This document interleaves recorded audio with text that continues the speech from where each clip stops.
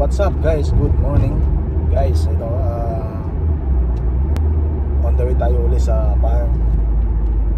Yung Fortunator, diba, di sa ulit ng video. Sabi ko babalik ako. Ngayon guys, babalik ako ngayon. Palitan ko yung stabilizer link niya at saka yung shifting lever cable niya guys, na nabasag. At saka yung transmission oil niya guys, papalitan ko. So guys, yun ang update ko nga sa inyo guys. Mag-drive muna tayo. Ayan guys, nasa gasoline station tayo ngayon. Magpapagasolina muna tayo guys. Medyo naubusan ng gasolina.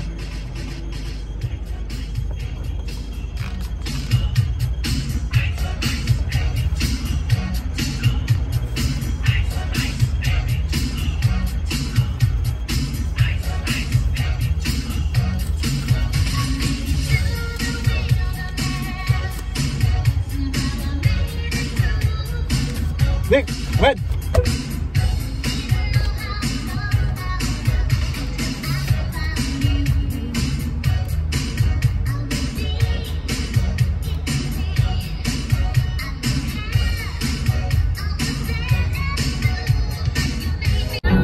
Ayan ang speed natin guys, nasa 110 tayo speed. So kailangan guys, alerto rin sa kalsada kasi may mga camera. Ang allowed dito guys, samantalang lagi ito nakikita nyo. Ayan, ang allowed dito guys, nasa 100 km lang. Ayan ang camera. So kailangan dahan-dahan lang guys. Ayan. Nandito na tayo sa loob ng farm ni Idol. Ito. Ako na naman. Ayun guys, di ba sinabi sa uling vlog ko, babalik ako dito para dun sa stabilizer link bushing niya at saka yung shifting lever cable niya guys. Ito, ilalagay ko muna guys. Yan guys, kailangan tanggal natin itong air filter housing niya kasi nasa loob yung shifting lever cable niya guys. Ayun. Ayun guys, ayan. Ayun guys, ayun ang sira guys. Ito yung ipapalit natin guys. Ito. Ayun guys, ang ipapalit natin. Tatanggalin ko yung guys, ayun. So nag-loose na to guys, ayan. Ayun, nag-loose na siya. So may play na siya guys, ayan. Bali niya, ito. Ayan guys.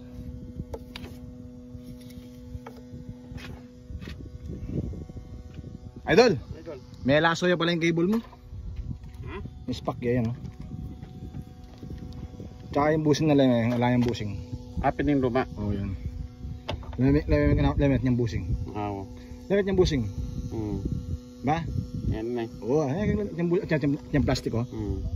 May plastic yung... Yung nilagay namin guys, meron siyang plastic na laka yun. Okay. Ito yung ano niya, yung cable niya guys. Ayan.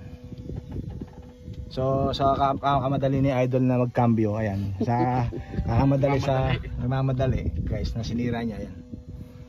So guys, palitan ko muna. Guys, napalitan ko na. Ito yung nilagay natin, yung yan. Napalitan ko na guys. Ito yung luma guys, pakita ko ito. Nabasag siya. So ayan, ilalagay ko na guys. Ipitan ko na yung tornilyo. Yan guys, nailagay ko na yung shifting bushing niya. Yan. So try natin i-start guys kung ayun guys, nasa park na siya ngayon. Reverse. Yun. Tapos drive, neutral. Drive, ayan, ayos na guys. So dati guys, hindi siya ayaw niyang i-start kasi wala siya sa lever ng shifting niya. So guys, ngayon okay na. Reverse. Ayan. Dati kasi problema nito, hindi mapapa-start hangga't hindi mo nilagay sa neutral na yan. Dapat naka-neutral. Ang talagang normal na ito guys, sa park at saka neutral, doon siya i-start. Dati pag nasa park siya, ayaw niyang i-start guys. So ngayon okay na siya. Okay na siya, i-start.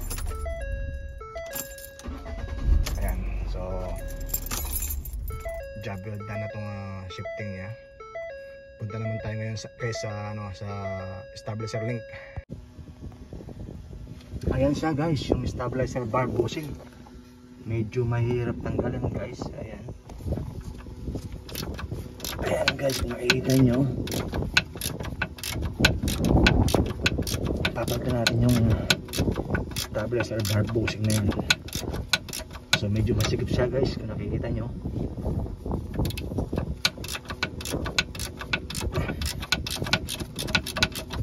Yan guys, ang cost nito yung rattle noise din sa rough road. Medyo masikip guys, oh. Nakikita nyo, medyo masikip siya. Ito guys, hindi pa tayo nakakaalis dito sa isa. So medyo ano siya guys, medyo mabigat siya sa konti, masikip. Ayun guys, kung nakikita nyo, kailangan tanggalin yung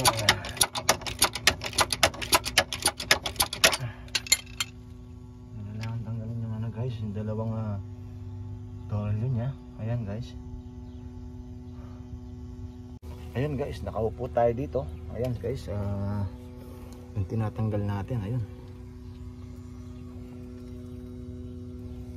So medyo mabigat siya ng konti guys, kaya kailangan tiyagain lang.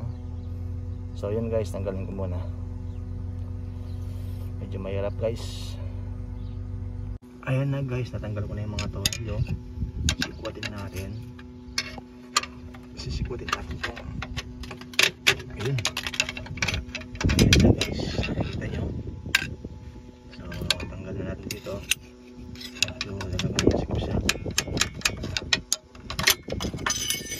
Ayun, tanggal na yung bakal. Ayun, pulit-pulit na talaga guys, oh. Ayan, oh. Pulit-pulit na yung rubber niya. Ayan guys, yung rubber pulit na. Ayun. So guys, ito na, natanggal na natin guys. Ayan, ito guys yung stabilizer bar bushing ang tawag dito. Ayan guys, natanggal ko na. So guys, naka plastic pa, tanggal na natin guys. Ayan. Bago. So lagay na natin yung bago guys para makatapos na tayo ng isa. Dahil lang naman lagay pag bago. Yan, ganun lang. Ayan. So guys, lagay ko muna yung clamp. Tapos pakita ko sa inyo. Ayan guys, yung luma, ito wasak na, oh. Ayan guys, nalagay ko na yung nalagay natin yung bago. So lagay ko na yung tornilyo guys para makatapos na tayo ng isa.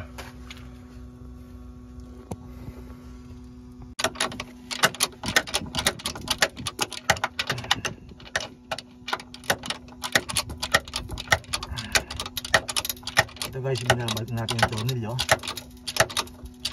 Ayan, nakikita nyo, inipitan ko na.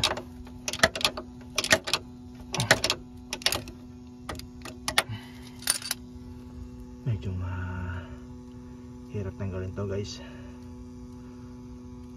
Kung hindi nyo linya guys, pag hindi nyo linya, hindi nyo matatanggal. Pero pag linya to, anong sabihin, nabulol ako. Kapag linya nyo guys, yung kaya nyo tanggalin. Ayan guys, inipitan ko ang tornilyo niya.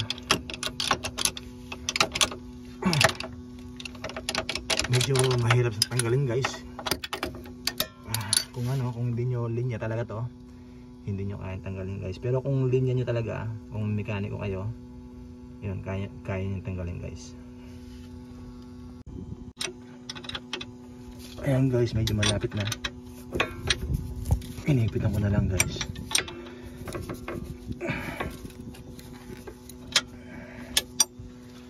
Medyo talaga masikip guys, oh.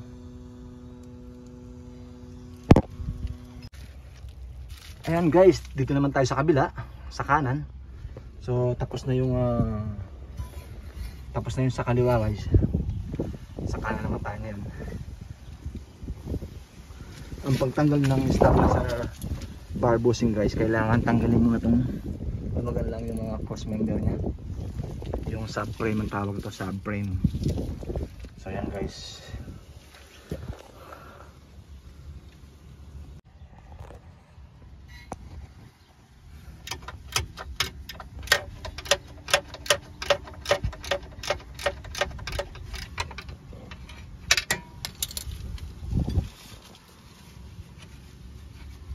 Medyo masikip guys ng konti. Ayan, medyo kailangan may tiyaga.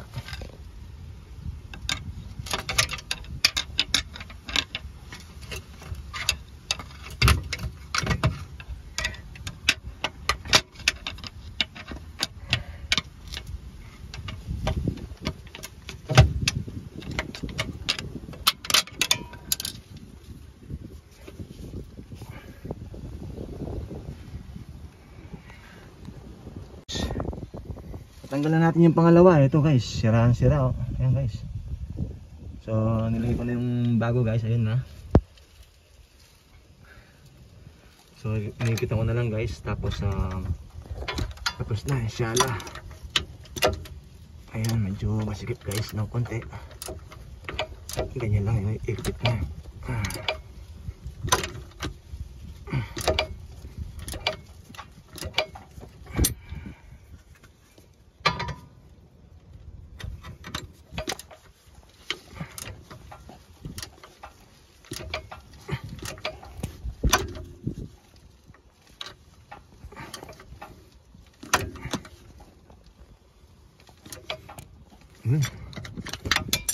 Dali, tapos din guys. So gulong na lang, tsaka yung tie rod ayos na. Tapos na. Maraming salamat guys sa panonood ng video ko.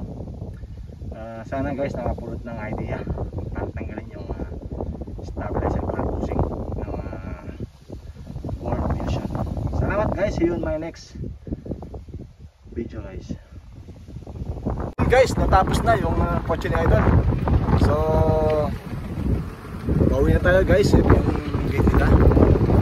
So guys, salamat sa panonood ng video ko. Sana guys, huwag niyong kalimutan mag-subscribe sa aking channel para lagi kayo update sa mga susunod ko ng mga video. Salamat guys, see you in my next vlog. Thank you, bye bye.